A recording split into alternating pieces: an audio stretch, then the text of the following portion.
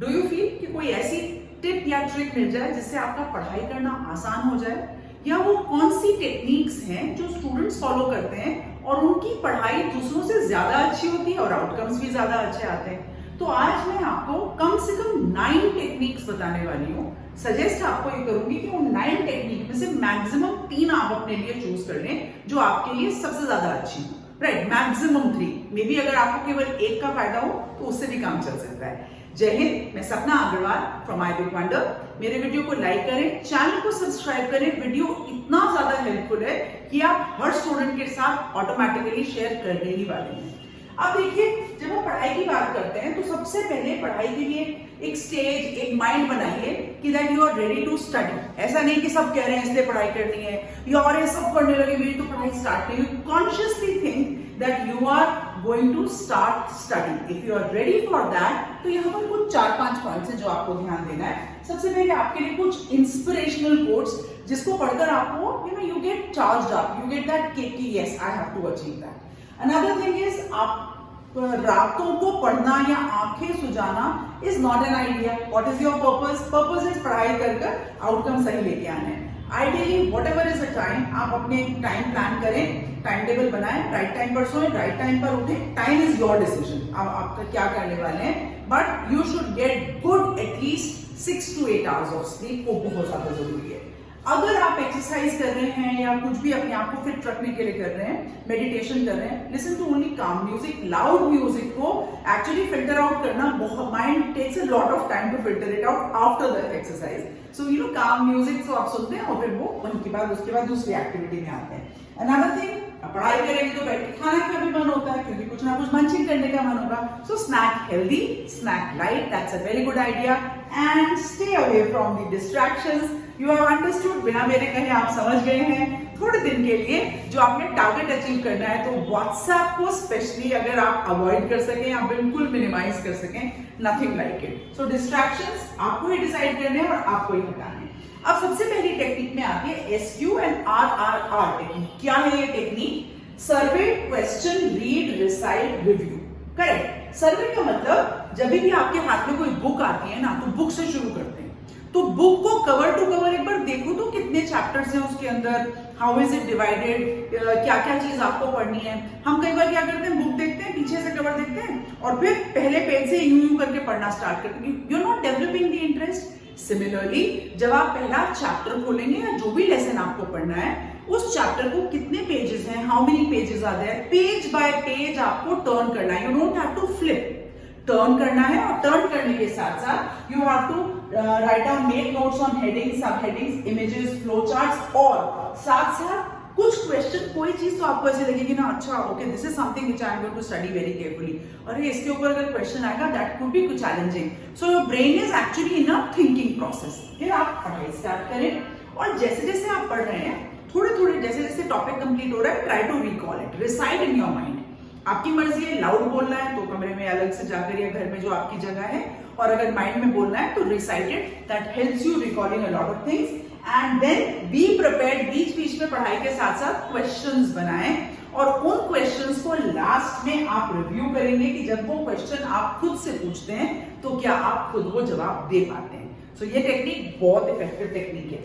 Okay, another one is reclaim. भाई जितनी पढ़ाई करी उसको क्लेम तो कर लो।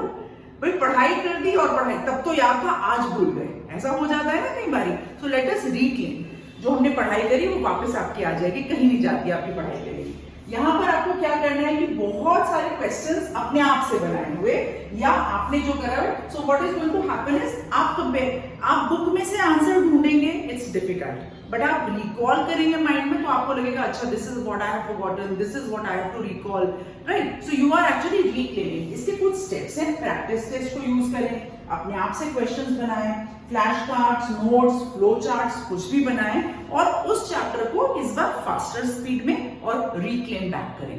बिल्कुल आपको लगेगा शुरू में सब भूल गए, लेकिन जैसे ही पढ़ना स्टार्ट करेंगे it will start coming back to you. Try करो, मुझे बताना जरूर कमेंट में when you have reclaimed it, you will never forget Sapna ma'am. Okay, then distributed practice. अब ये इतनी अच्छी पढ़ाई है, कई बार हम कहते हैं और इतना लंबा चैप्टर था और इतनी सारी पढ़ाई करनी है, पूरी रात जग गए। अब क्या होता है, बहुत सारी चीजें हैं, subconscious mind did not develop, चलो इसको डिवाइड करते हैं, हम डिस्ट्रीब्यूट करते हैं पढ़ाई को, और एक बहुत इंटेंसिव चीज को कैसे हम छोटे छोटे पॉकेट्स में करें।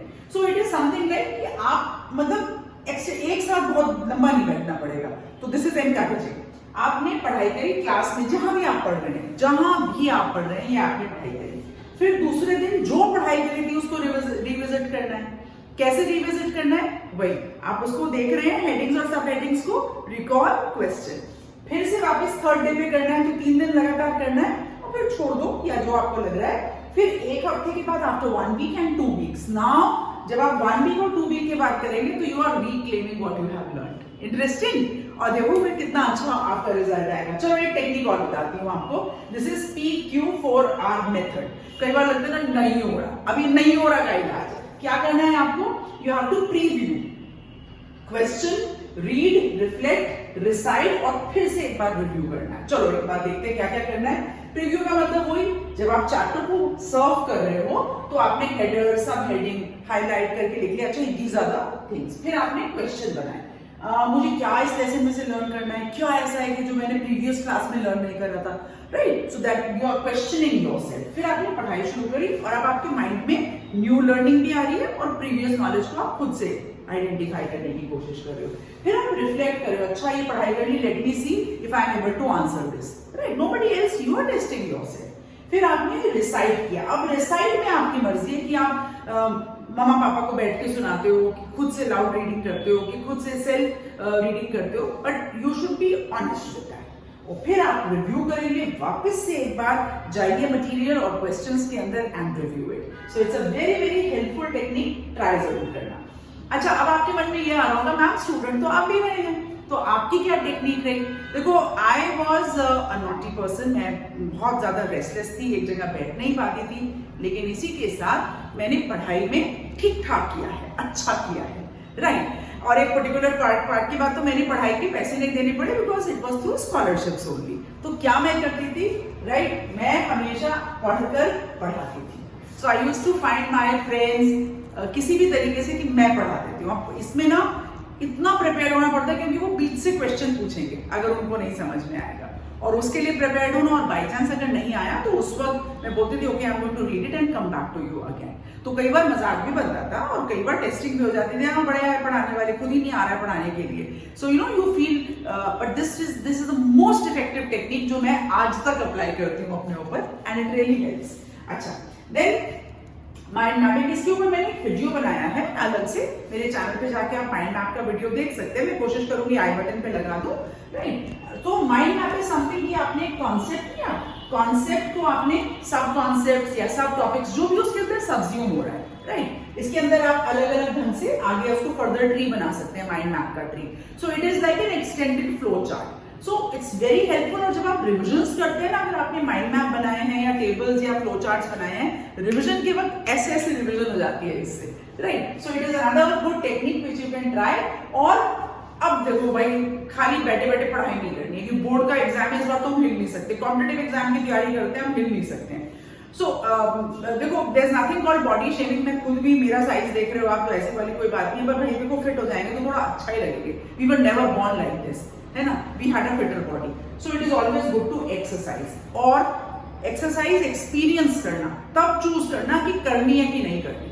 डोंट गो बाय हियर से, और एक्सरसाइज से बहुत थक जाते हैं, और एक्सरसाइज से कुछ नहीं होता, और एक्सरसाइज से तो बहुत मजा आता है। Don't listen to anything, experience it, and not for 1 day, experience it for good 30 days। That means 4-5 हफ्ते करके देखो, फिर देख लो, चूज कर लो करनी है कि नहीं करनी है, राइट? एंड कौन सा एक्सरसाइज 24 घंटे करनी है, you just have to choose for 30-40 minutes, that is it. पर डिसाइड एक्सपीरियंस करके ही करना, correct? If you like it, then your brain में ब्लड सर्कुलेशन अच्छा होगा, बॉडी में सर्कुलेशन अच्छा होगा, थोड़ी, मतलब मैं अपना पर्सनल एक्सपीरियंस बता रही हूँ, थोड़े चार्ज अप से रहेंगे, एनर्जी रहेगी, दैट काइंड ऑफ थिंग। अच्छा, नहीं ज्यादा ढीले ढीले, ग्रेविटी खुद ही नीचे ले जाती है अपने को पढ़ते पढ़ते, राइट? आई रिमेम्बर, मतलब वो डंडा लगा के बैठने वाला सच में मन करता है कि क्यों जा रही है बॉडी नीचे नीचे, और विंटर्स में तो और ही मजे आते हैं भाई, क्या मजा आता है, रजाई में पाँव डाल के बैठ जाओ तो उसमें। सो एक्सरसाइज में वेरी हेल्पफुल। नाउ, सोने से पहले you are saying that you know study before you sleep. Why I am saying this is very interesting. what happens is कि जब हम जगह होते हैं ना, we are learning so many new things even without knowing. मतलब आप पढ़ाई कर रहे हो ना, पढ़ाई करते करते यूं नजर गई वहां पे कुछ हो रहा है, अच्छा वो एकदम से your mind is capturing everything new, your ears are listening, आप कुछ सुन रहे हो वो भी आपके कान में जा रहा है. So you are in a conscious state where you are listening a lot of things, watching a lot of things, and you are focusing on your studies. But what is going to happen is पढ़ाई से पहले वो जो आपने recall questions बनाए थे या mind chart बनाया था या फ्लो चार्ट बनाया था या जो भी आपको रिवाइज, अब यहाँ से ब्रेन काम करता है, ब्रेन उसको रिकॉल करवाता है सोते वक्त सबकॉन्शियस में. और आप देखते हो कि अच्छा मतलब अब रिक्लेम करना इजी होगा पढ़ाई को. मतलब आप तालमेल देख रहे हो ना, इट्स वेरी इंटरेस्टिंग और करना जरूर इस चीज को सोने से पहले.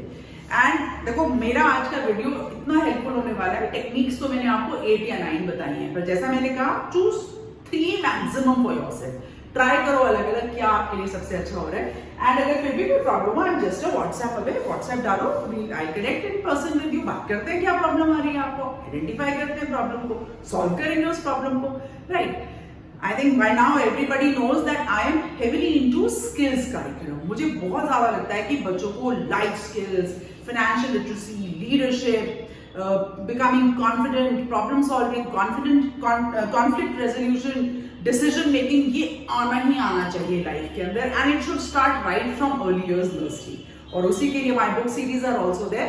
So looking forward to connect with the schools, teachers and parents and see how in next 1 decade our children can be the best children in the world. So with this, मेरे वीडियो को like करें, channel को subscribe करें. मैं हमेशा कहती हूँ that everybody has a right to say I will wonder. आज के लिए जय हिंद.